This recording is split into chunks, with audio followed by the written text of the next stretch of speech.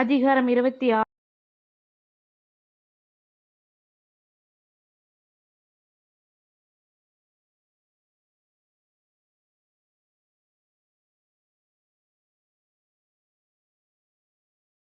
இறைவசனங்கள் 14 முதல் 15.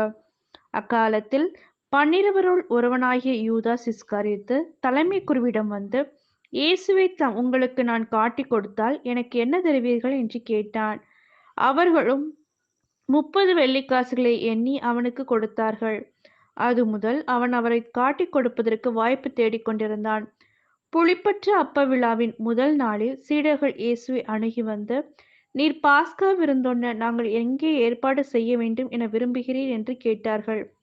இயேசு அவர்களிடம், நீங்கள் புறப்பட்டு நகருக்குள் சென்று இன்னாரிடம் போய், எனது நேரம் நெருங்கி வந்துவிட்டது, என் சீடர்களோடு வீட்டில் பாஸ்கா கொண்டாடப் போகிறேன் என போதகர் கூறுகிறார் எனச் சொல்லுங்கள் என்றார்.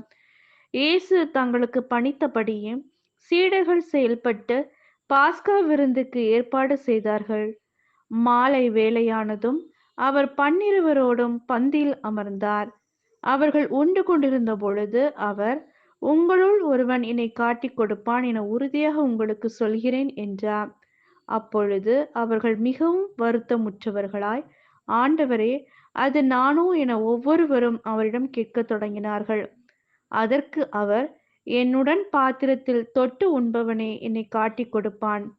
மானிட மகன் தம்மை பற்றி மறைநூலில் எழுதியுள்ளபடியே போகிறார். ஆனால் ஐயோ, அவரை காட்டுக் கொடுக்கிறவனுக்கு கேடு. அம்மனிதன் பிறவாதிருந்தால் அவனுக்கு நலமாயிருந்திருக்கும் என்றார். அவரை காட்டிக் கொடுத்த யூதாசும், ரபி, நானோ என அவரிடம் கேட்க, இயேசு, நீயே சொல்லிவிட்டாய் என்றார். இது கிறிஸ்துவின் நற்செய்தி. கிறிஸ்துவே உமக்கு புகழ்.